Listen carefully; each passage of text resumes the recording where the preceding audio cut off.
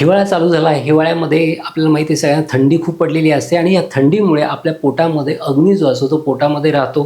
तो घामावाटे बाहेर पडत नाही आणि आपल्याला प्रचंड भूक लागत असते. आपल्या भुकेची ताकद, व्यवस्थित पचवण्याची क्षमता ही बऱ्यापैकी चांगली झालेली असते.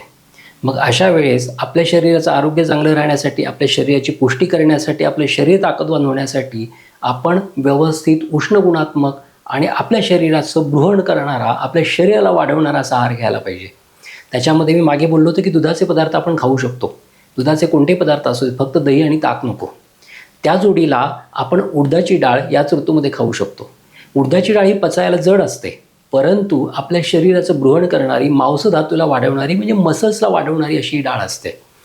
आयुर्वेदामध्ये कोणतीही डाळी मसलला वाढवत नाही, फक्त उडदाची डाळी मसलला वाढवू शकते असं सांगितलेलं आहे. त्यासाठी करायचं काय की रात्री झोपायच्या एका वाटेमध्ये 3 चमचे उडदाची डाळ घ्यायची, त्याच्यात पाणी घालायचं आणि सकाळी उठल्यानंतर ती डाळ भिजलेली असते, ती डाळ व्यवस्थित धुवायची पाण्याने आणि ती डाळ सकाळी रिकाम्या पोटी चावून खायची आणि त्याच्यानंतर अर्ध्या तासाने तुम्ही दूधही घेऊ शकता. त्या डाळीचा परिणाम असा होतो की रसायन काळी म्हणजे रिकाम्या पोटी ती डाळ आपण घेत असतो, त्याच्यामुळे त्याचं पचन व्यवस्थित होतं आणि आपल्या मांसधातूला त्याचा चांगला फायदा होतो. अशा पद्धतीने उडदाची डाळ खाऊ शकतो. याशिवाय आपण उडदाच्या डाळीचे लाडूसुद्धा करू शकतो, डिंकाचे लाडू करू शकतो. म्हणजे जेवढं म्हणून काही बृहण आहे, ज्या आपल्या गृहिणी पूर्वीपासून करत आलेल्या आहेत.